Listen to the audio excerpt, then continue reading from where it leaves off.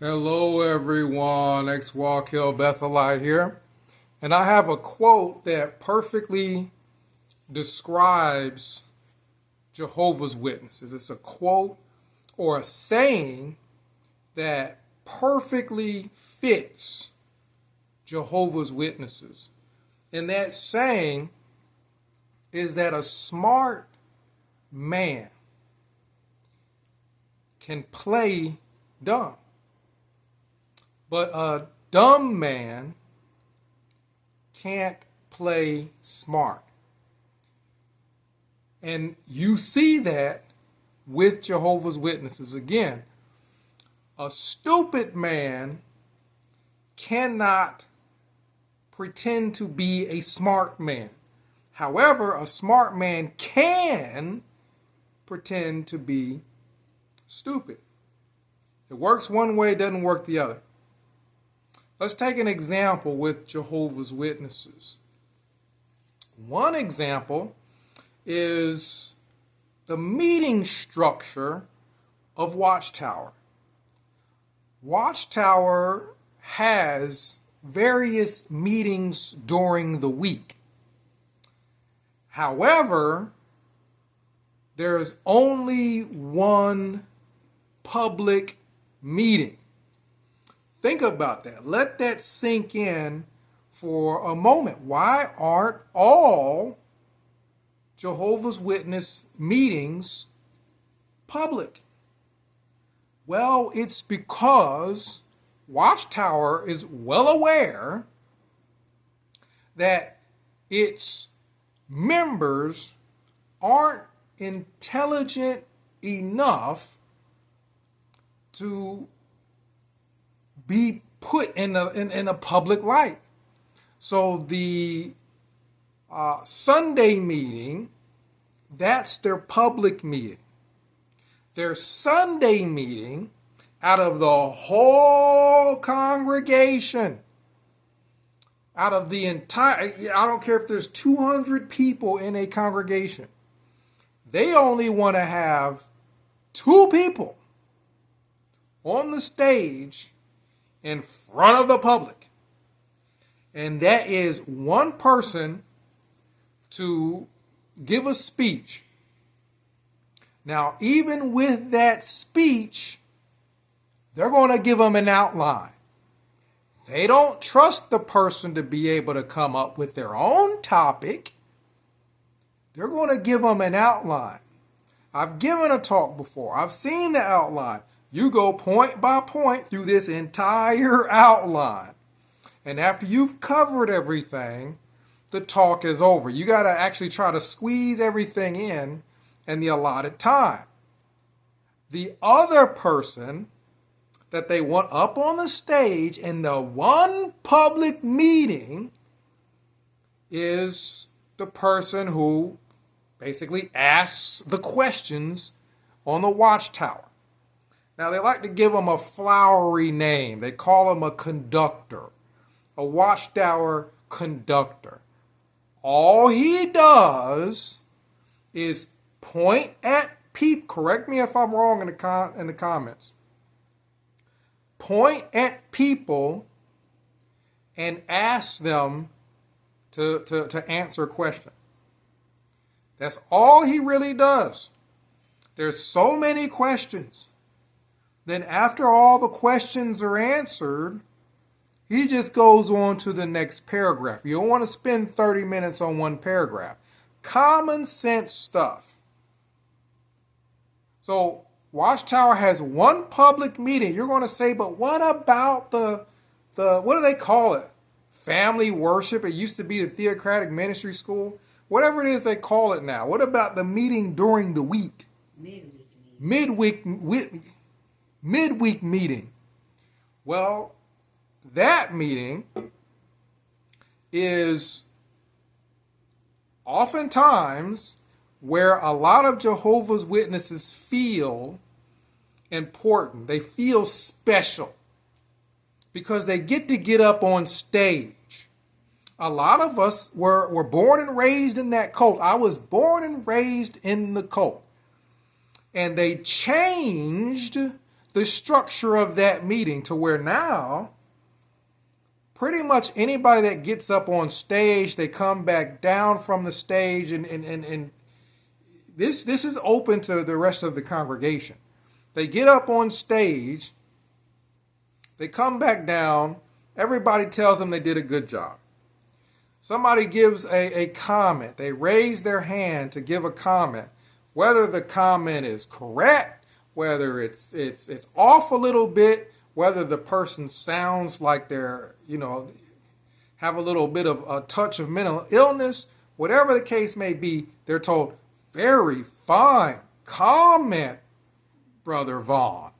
Very enlightening. This is where you get this false sense of feeling like they're more intelligent than they are.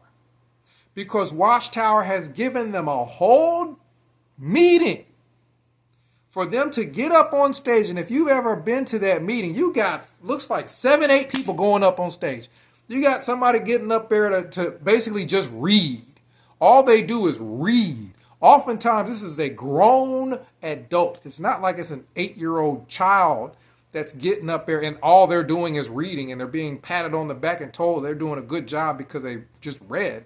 No, oftentimes this is a grown adult that's been through the entire school system, if they made it that far, up on stage, and they are just given certain verses to read. All they do is read. And after they're done reading, very fine reading, Brother Vaughn. You read those verses with feeling. You even raised your hand and gestured a little bit. And a couple times you looked up at the audience for like a split second, and then you look back down and you lost your place. And it don't matter if they lose their place and take a minute to even figure out where they were reading at. When they get back down in their seats, they're told they did a good job, very fine. So you also notice, this has been pretty much any Kingdom Hall I've been to, it don't matter which state it is. All the Kingdom Halls all around the country, probably all around the world, are probably all the same. You go to the hall, park your car, you get ready to walk inside the building. You can't half get in the damn building because you got 5 brothers at the door. There's always somebody, as if people can't walk in the building. Now, you go to a Baptist church, you go to a lot of churches, oftentimes they understand that people can walk in the door by themselves. But Jehovah's Witnesses feel like they're prominent if they have any type of job. It don't matter what it is, the door boy. If you are the door boy, you feel like you are just prominent, like you are just badass because you hold the door for people as they walk in. So almost any Kingdom Hall you go to, there's going to be somebody standing there in a full suit, chest all puffed up, head all the way up, and they just holding the damn door as people walk in. I kid you not. A smart person can play dumb, but a dumb person cannot play smart. It is idiotic to feel like you are the most important person in the world when you are assuming jobs that the butler would have on the Fresh Prince of Bel-Air. I can't remember the butler's name.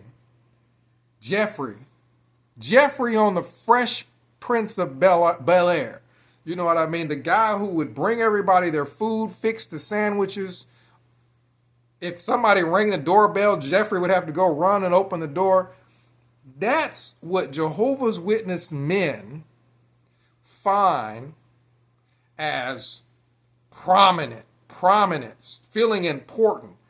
is opening the door. So you don't just have a brother or a Jehovah Witness standing out there holding the door for every single person, that all 200 of them, if there's that many, walking through the door. You got to open the door for every one of them, feeling all important. But you typically got about 4 other brothers standing around the door. Possibly they feel maybe, they can't get the glory of holding the door. So they can get the glory of standing next to the person holding the door. They all have to feel like they have some little job. So the people who, they go into the Kingdom Hall, the brothers go into the Kingdom Hall. They go to the little information board. If you remember that, they go to the information board, and if they see their name next to a microphone, oh man, they are so happy, because at the Watchtower study on Sunday, somebody's got to run around with a microphone and go hold it for people who are talking. During the weekly meeting, somebody's got to hold a microphone and run up and go hold it for people who are talking. Jehovah's Witness men are in full suit, full freaking suit. And all they're doing is holding a microphone close to somebody's mouth. And they walk back to their seat after they're done carrying the microphone. And then they sit next to their wife like they are the Prince of Bel-Air. Like they just held a microphone close to somebody's mouth. They must be the most special person on earth. This is something that is unique amongst Jehovah's Witnesses. You can go to other cults. You can go test this out at other cults. Go to a Mormon church. You ain't going to have 7 Mormons at the door because they all feel any little job they get makes them the most prominent person on the planet. You can go to, I don't know what other cult. I can't think of any other cult, but you can go to any other cult and see if they got 7 guys standing at the damn door like they do with Jehovah's Witnesses. If a Jehovah Witness ain't got no other job in that Kingdom Hall, they probably are standing next to the damn door, the front door, because you feel some sort of importance. So you also have, during the meeting, what they call attendance. And I kid you not, when I say that a dumb person cannot play smart. And these Jehovah's Witnesses feel like they are so prominent and so important, but they are not. They can't even pretend to be prominent and important. They have these people that they call attendants, and they set aside from the rest of the congregation, feeling all important, feeling all prominent, feeling all special. One thing that these attendants do is count the people in the congregation. And I grew up in that cult, so I was one of those attendants from time to time. And one of the problems that Jehovah's Witnesses would always have is the brothers couldn't damn add anything. They couldn't do math.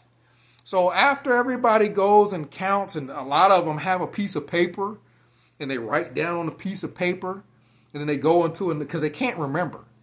They can't remember if they go into one of those small rooms and count all the people there. They got to write it down, because then if they go in the bathroom and count, they can't remember. So they write all this stuff down, and almost every time, because they can't just have one attendant, right? They need to give these men something to do to make them feel important.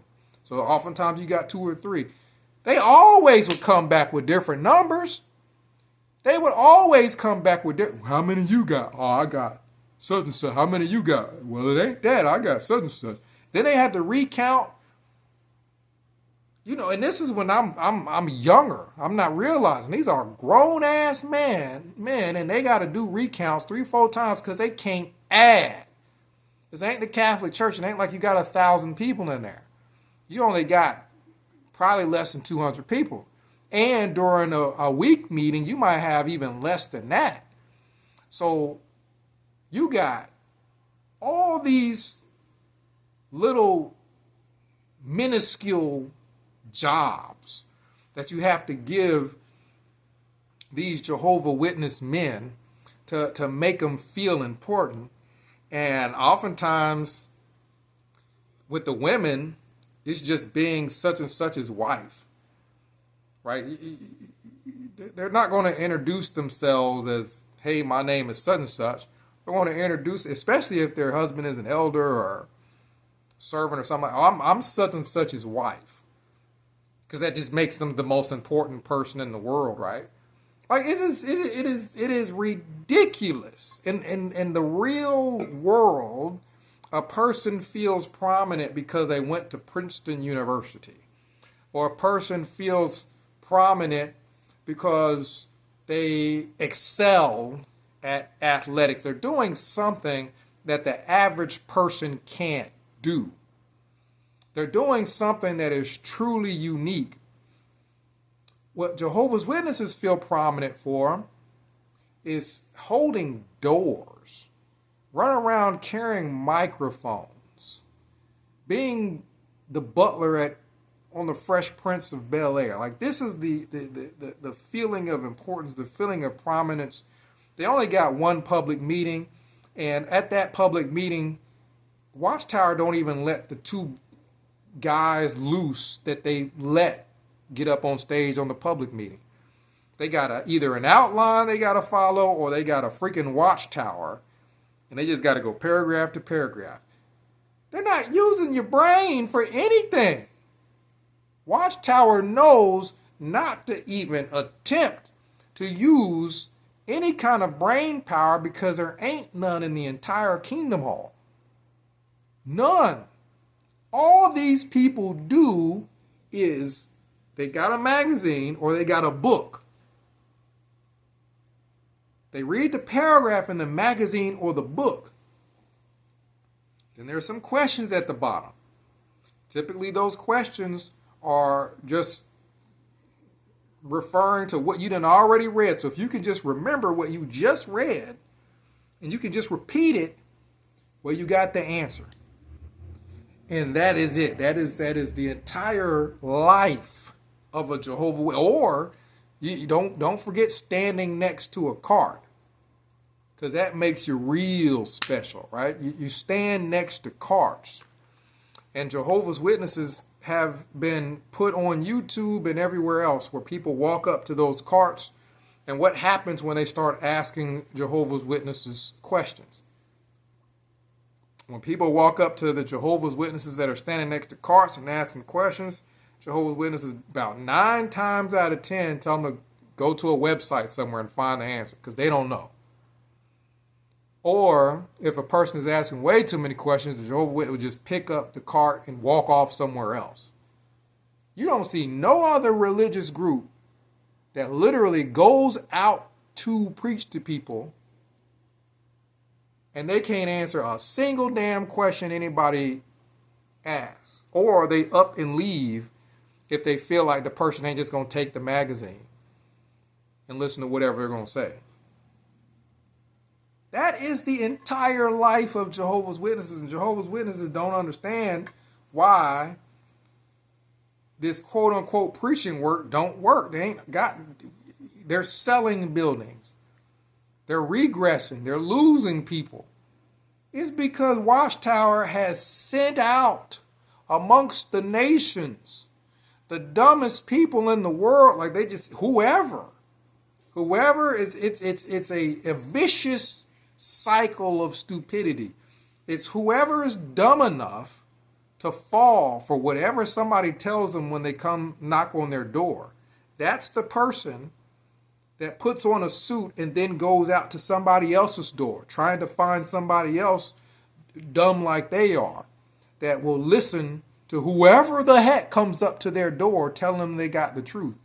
And then they bring that person into the cult. It's just bringing a bunch of idiots into the cult. And then they go out and find more idiots. It is just the biggest group of imbeciles ever collected in the history of religion. You can't say that about Mormons. Mormons ain't doing backflips because they got to carry a microphone. I've known Mormons. They're not doing backflips because they got to carry a microphone. Jehovah Witness men, and I hate it when it's a black congregation because it just looks like, you know what I mean? There's black congregations, white congregations, Chinese, Japanese, all that stuff. But because of the history of slavery and the whole, what do you call that? Step and fetch it boys and all that stuff. It just brings all that back, where you got all these people in this congregation, especially when you're looking at these black congregations, because that's where I was raised, and they are running to go fetch microphones, running to go fetch doors. And you got to think, maybe in slavery time, a person who would answer the door, you know, or go and pick the cotton might have felt like they were really important. You know what I mean? They may have felt good. Like, I picked the cotton. I got a whole bag full of cotton. That is Jehovah's Witnesses. I carried the microphone. I opened the door. I cleaned the bathroom. Like, they are happy as all get out. And they think that they are the shit because they freaking carried a microphone and they held it close to somebody's lips without rubbing it up against the lips or bumping it up against the lips. That is great for them. If you really think about it, everything that I'm telling you is 100% the truth. These people feel like they are better than others. Jehovah's Witnesses feel like they're better than other people. They feel like they're too good to talk to anyone. And the reality is Watchtower has set up a structure where it's the same as a person who sets up a cage and puts a wheel so that the hamster can run on the wheel. And the hamster can, I don't know, get exercise and maybe feel good about the hamster self. The hamster just happy as all get out, run on that wheel, feel like he's going fast and feel like he's getting somewhere. It's the same with Watchtower. Watchtower has set up these kingdom halls and put these hamster wheels where these Jehovah's Witnesses can get on there, get on the hamster wheel and get to running and get to feeling good and feeling like they're actually going somewhere and feeling like they're actually doing something and feeling like they're prominent, when it don't take nothing, it don't take no intelligence to work a hamster wheel. Any hamster can do it. It don't take no level of intelligence to answer a question on a Watchtower. Anybody could do it. A child could do it. Any of us watching this video could, without studying the Watchtower, because Jehovah's Witnesses actually have to study. That's how slow they are. They have to study to be able to answer these easy questions in the Watchtower. We don't have to study. You just look at the paragraph, look at the question, and the question is typically referring to either the first or maybe the middle of the paragraph, and you just repeat it back. Anybody could do it. Watchtower has set up this huge freaking hamster wheel, and these Jehovah's Witnesses are running on it. Anybody can go stand next to a cart.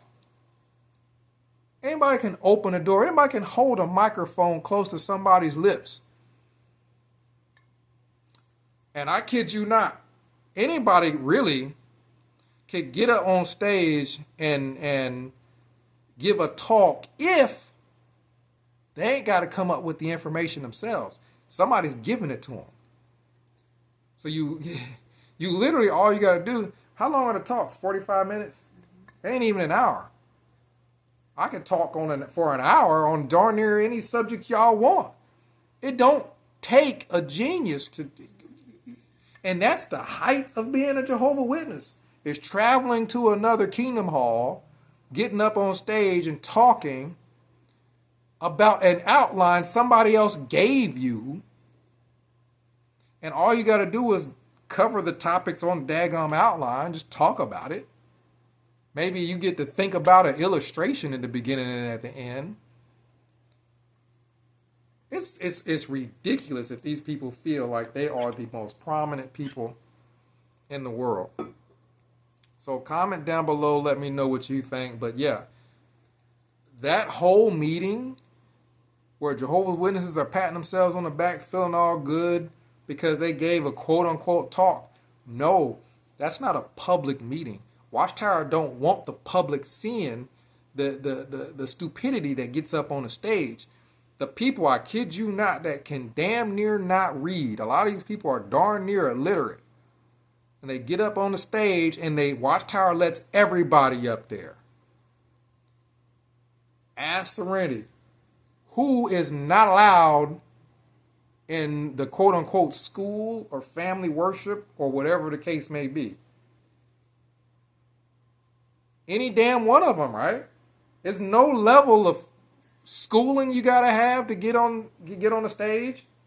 You ain't gotta have read somewhat, even at a first grade level. You ain't gotta have graduated 5th grade to be able to get up on stage for a Jehovah's Witness or for the Kingdom Hall or for whatever the heck you want to call the cult. There's damn near, so you have a meeting with damn near no requirements, and everybody that gets up on the stage, they tell them, good job, good job. And you got these really slow people coming down off the stage, smiling, feeling all good. I got up there and I read me some reading. Like, that is just unreal to me. That is unreal. So comment down below. Let me know what you think. And test out my theory. Well, that's for the people who are physically in, mentally out. If you ain't got to go, don't go. But the people who physically, you have to go, but mentally you're awake, you know it's a cult, you know it's BS. Go to the front door. See how many freaking people guys are around the front door because they associate the front door and holding the damn door with prominence and being important. And they want to become a ministerial servant or they want to be an elder. And they ain't got no damn skills. They ain't good at nothing. So they just gather around the front door because that is the most sought after job because it's easy as shit to hold the damn door. And they feel like that's going to get them prominence. That's going to get them appointed because I hold the damn door and I do a good job holding that damn door. So that's it. X-Wall Kill Bethelite signing out.